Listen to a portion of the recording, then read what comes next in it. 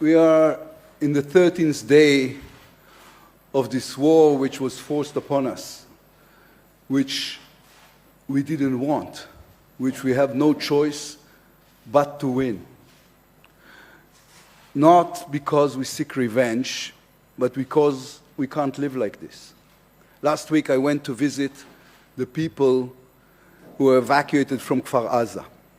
At the entrance I met an elderly lady that I know, and she said to me, "They killed my son, but at least I have cancer and I will die soon enough. I will not have to feel what I feel anymore." I met a 13-year-old girl who saw the murder of her best friend.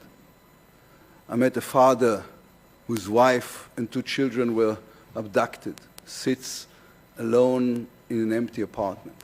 I met people with hollow eyes who described to me what burned babies look like.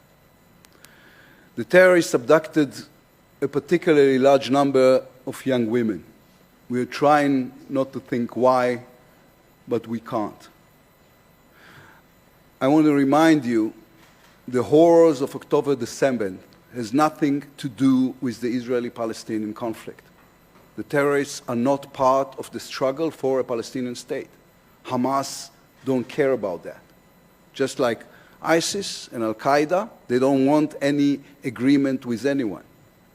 They want to kill Jews because they are Jews, and Christians because they are Christians, and moderate Muslims because they are moderate. They killed 260 young people who went to a music festival because Hamas don't like music, they only love death and bloodshed. It is interesting and shocking how quickly the world has moved on. Israel was giving barely a week of sympathy and global shock. And then the world went back to attacking us for defending ourselves. I've got one question to you all, and that question is really the reason we're here. Do you think an organization which has no problem butchering babies, butchering pregnant women, and butchering a 13-year-old autistic girl with an 80-year-old grandmother has any problem lying? Of all the distortions of the press coverage of the past days, the worst one is the balance. A large part of the media is offering its readers and viewers a balanced picture. They are presenting both sides equally. The story told by a democratic country that is trying to protect life, and the story told by a murderous terror organization that hates life. Hamas lies as a policy. They murder our children and then they blame us. They murder their own children and then blames us. They use people as human shields, fire at them if they try to escape, and cover for this with vast amount of fake news. There has never been a more cynical and horrific abuse of freedom of speech. My argument is that the media can't just claim to bring both sides of the story. If you do that, you are only bringing one, Hamas's side. That's cowardly and it's lazy. It's an insult to the victims, including the Palestinian victims. It's also an insult to the core idea of what journalism is. Believe me, I know I was a journalist for 31 years.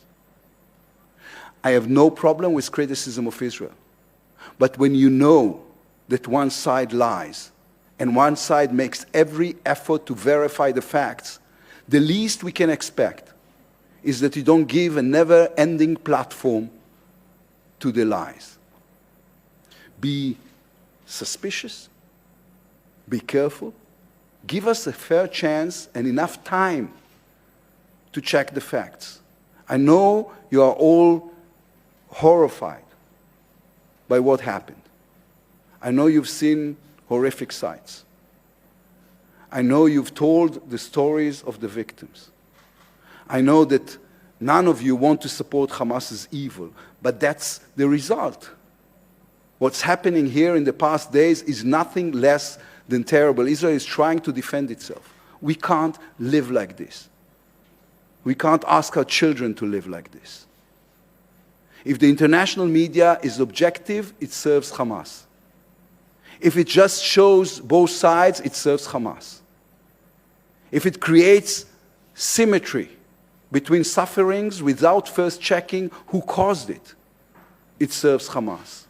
I know you don't mean to, but that's the result, and it's time for it to change. I'm not telling you how to do your job, but it's got to change. We will be happy to work with you in any way you suggest to make sure the way this conflict is covered changes fundamentally.